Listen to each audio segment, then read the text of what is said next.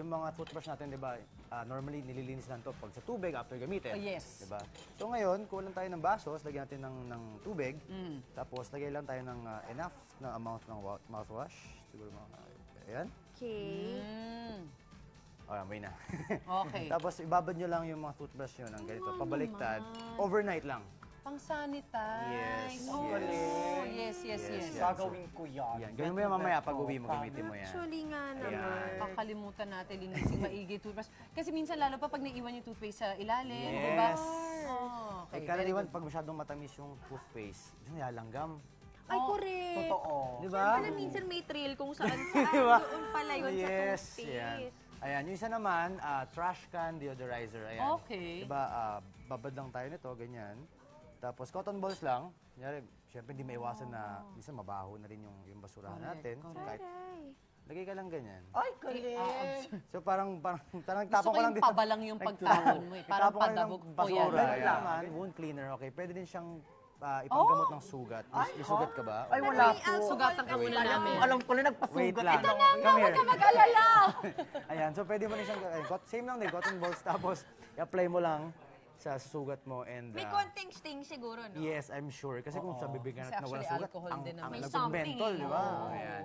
Okay, pang-apat, pwede siyang gamitin na spray solutions as an insect repellent. Okay. Di ba? So madalas yung mga mahilig papakin ng lamok. Ayan. Ay, So, ako Pwede yan, siyang ako lotion. yan. Hindi ba Ayan. malagkit yan? Ay, Hindi naman. Menthol. So, spray mo sa katawan mo, Ayan, gano'n? yes.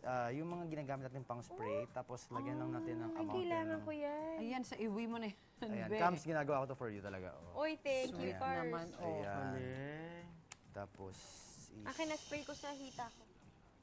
Oo, kagatin to sila. Kagatin ako, Kanong- Mike. ayan. Ayan. Uy, ang bango pa. Oo, iba din.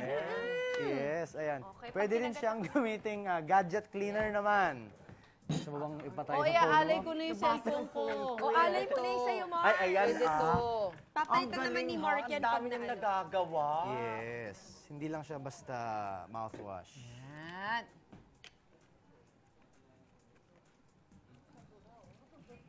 Oo, may bango siya, Mars, ha? Actually. Bango siya.